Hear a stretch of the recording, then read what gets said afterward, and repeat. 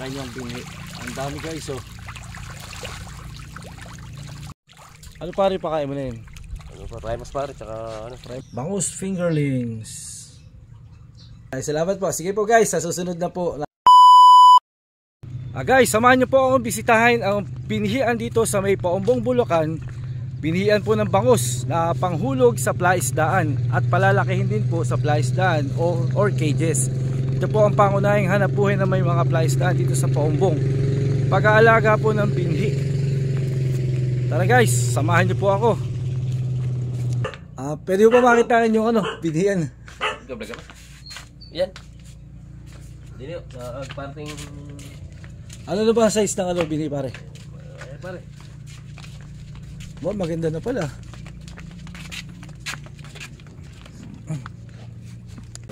Maganda na size. 3-4. Malalakas ito, matataba. Guys, magandang umaga po. Kausapin po natin si Paring Michael tungkol sa pag-aalaga po ng binhi, pagpepreparasyon hanggang sa pagbebenta po nito. Pare, bago ka ihulugan ng sugpo, paano preparasyon ng binhian? Ayun nga, palablab muna. Papalablabin muna. Tapos syempre, lasunin muna, no? Oo, basta prepare mo yun. Palablab, lason, sirkulo, pino. Paano ba pagproseso ng palablab pare? Pare, ayun, tayong manok, tabako, fertilizer. Una muna tayong manok. Oo. Para mamatay yung ano. Tabako. At sabay-sabay na yun. Sabay-sabay na yun. Tayong manok. Mahuli yung fertilizer kung ilang araw. Oo. Tapos pag may tubig na, ayun, para fertilizer. Para umano yung bumula. Para kumapitin yung lablab. Mga ilang araw yun. Isa na yung pag-ano, isang linggo kaya natin. Yung forma din sa mandar na, pwede na siyang bombay. Panipisa na ulit. Tapos saka pa lang yun. Saka lang lalasunin. Hugasan muna. Hugasan. Kompleto na yun. Hindi na nalason, hindi na lalason. Hindi na nalason na yun. Bobombahin mo lang siya, mabilat mo ulit. Kunyari, kung darating yung finger-lings ng mga sanlinggo pa, mas maganda. Kasi mabibilit na konti. Maganda. Bali, kung tutuusin, kulang-kulang isang buwan ng preparasyon. Kulang isang buwan ng preparasyon ng binang pagkukondisyon ng plaisda para bago hulugan ng bangus fingerlings ng kawag pala.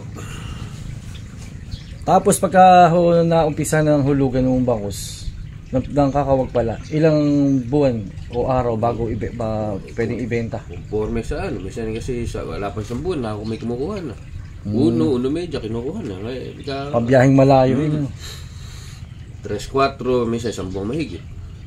Yun. Yun ang mga size. Tulad ngayon pare, ang size ngayon 3-4 na, may halo ng 5. Madalang na po yung halos wala ng 2. Ganito po ang yung ang hanap buhay dito sa may Paumbong. Karamihan po dito sa may mga may plaisdaan, naghuhulog sila ng binhian o ginagawa nilang binhian ng bangus para ibenta. Kasi halos 60 days pare, may maibebenta na lahat yun mula preparasyon 60 days lang makakapagbenta na sila ng binhi. Ano pare pakain mo na yun? Ano pa, Primus pare, tsaka ano? Primus, pati nga pare. Ito, Primus. Parang bubo, ano? Meron akong na anong bubo. Primus. Walakas lumaki. Oo, pinagamitan ng feeds. Kaya sa buo. Pare, ilan nga alaga mong kakawag dito na bangus? 200,000. Ilan na yung ilalabas mong binhi? 70 pa lang. 70,000. Halos nakakaano na siya. 70,000. Kulang kalahati. 35%, 37.